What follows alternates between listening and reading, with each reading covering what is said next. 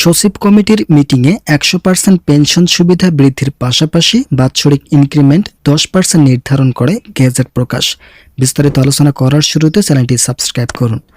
আজ সকাল ৯:৩০ ঘটিকা থেকে একটি জরুরি বৈঠকের আয়োজন করেন সংশ্লিষ্ট কর্তৃপক্ষবৃন্দ। এই বৈঠকে প্রায় ১ ঘণ্টা ধরে চলমান ছিল। বৈঠকে সরকারি চাকরিজীবীদের সকল দাবির বিষয়গুলো স্পষ্টভাবে উল্লেখ করেন তারেক রহমান এবং অর্থমন্ত্রী আমির খসরু। তিনি বলেন, যারা অবসরপ্রাপ্ত চাকরিজীবী আছেন তাদের জন্য ১০০% হারে অবসর ভাতা সংযোজন করা হয়েছে। এছাড়াও চাকরিজীবীকালীন প্রতি বছর 10% ইনক্রিমেন্ট নির্ধারণ করেছে সচিব কমিটির সদস্যরা। সচিব কমিটির সদস্যদের এই সিদ্ধান্তকে প্রধানমন্ত্রী তারেক রহমান স্বয়ং যথার্থ বলে উল্লেখ করেন। এছাড়াও IMF এর ৩ জন ঊর্ধ্বতন কর্মকর্তা আজকের বৈঠকে উপস্থিত থাকায় তারা বলেন, প্রতিটি দেশেই বেতন বৃদ্ধি নিয়ে বিভিন্ন জটিলতা সৃষ্টি হয়। এটা অত্যন্ত স্বাভাবিক একটি প্রক্রিয়া। তবে বাংলাদেশের অর্থনৈতিক সংকট বিরাজমান থাকায় কর্মচারীদের সবথেকে বেশি ক্ষতিগ্রস্ত হয়ে আছেন। তাই তাদের ক্ষতিগ্রস্ত অবস্থান থেকে রক্ষা করতে বাংলাদেশ সচিবালয়ের একাধিক সদস্য, প্রধানমন্ত্রী এবং অর্থমন্ত্রী সহ বিভিন্ন অর্থনীতিবিদদেরকে নিয়ে আজকের বৈঠক অনুষ্ঠিত হয়েছে। বৈঠকে IMF এর সদস্যদের তত্ত্বাবধানে চূড়ান্ত গেজেট প্রকাশের অনুমোদন পাশের স্বীকৃতি মেলে, যেখানে অবসরপ্রাপ্ত চাকরিজীবীরা এখন থেকে শতভাগ হারে পেনশন সুবিধা গ্রহণ করবেন, যা তাদের দীর্ঘ 11 বছর থেকে প্রত্যাশা ছিল। অবশেষে তাদের এই ইতিবাচক প্রত্যাশা এখন চূড়ান্তভাবে কার্যকর হিসেবে গৃহীত হয়েছে। আপনারা অবশ্যই চ্যানেলটি সাবস্ক্রাইব করে ভিডিওটি কন্টিনিউ করুন। সচিব কমিটির সাম্প্রতিক সভায় সরকারি কর্মচারীদের পেনশন ও বেতন কাঠামো সংস্কারের বিষয়ে একটি অত্যন্ত গুরুত্বপূর্ণ সিদ্ধান্ত গৃহীত হয়েছে। দীর্ঘদিনের দাবি অনুযায়ী ১০০% পেনশন সুবিধা পুনর্বহালের বিষয়টি নীতিগতভাবে অনুমোদন করা হয়েছে, যা অবসরোত্তর জীবনে সরকারি চাকরিজীবীদের আর্থিক সুরক্ষা নিশ্চিত করতে বড় ভূমিকা রাখবে।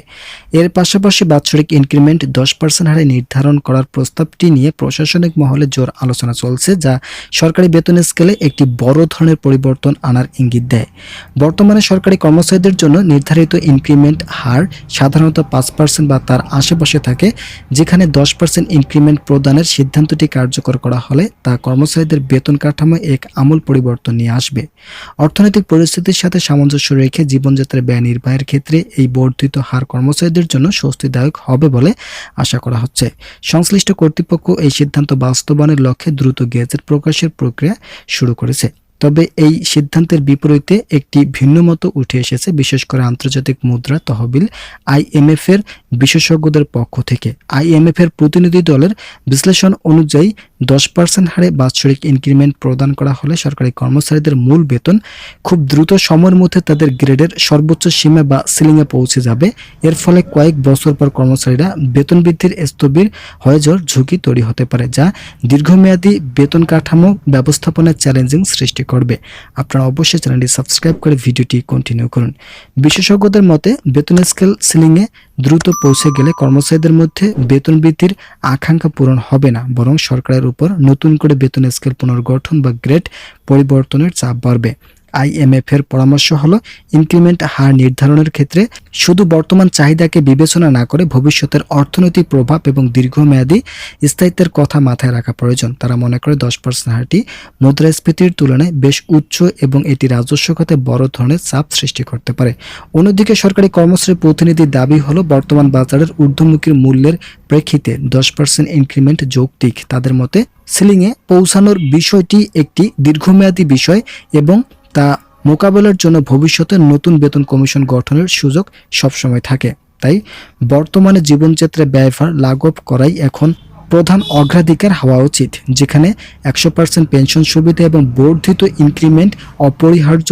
সার্বিকভাবে সচিব কমিটির এই প্রস্তাবনা সরকারি চাকরিজীবীদের জন্য একটি বড় প্রাপ্তি হলেও এর বাস্তবায়ন অর্থনৈতিক ভারসাম্য রক্ষা করা জরুরি। সরকারের সংশ্লিষ্ট বিভাগগুলো এখন IMF এর পর্যবেক্ষণ এবং মাঠ পর্যায়ের বাস্তবায়নের জন্য সমন্বয় সাধনের চেষ্টা করছে। দীর্ঘ এই বিশেষ চূড়ান্ত গেজেট প্রকাশিত হলে সরকারি বেতন ও পেনশন কাঠামোর নতুন রূপ স্পষ্ট হবে, যা আগামী দিনগুলোতে জাতীয় অর্থনীতির উপর বড় ধরনের প্রভাব ফেলবে। যারা এখন পর্যন্ত আমাদের এই চ্যানেলের নতুন সদস্য আছেন তারা অবশ্যই চ্যানেলটি সাবস্ক্রাইব করে ভিডিওটি কন্টিনিউ করুন।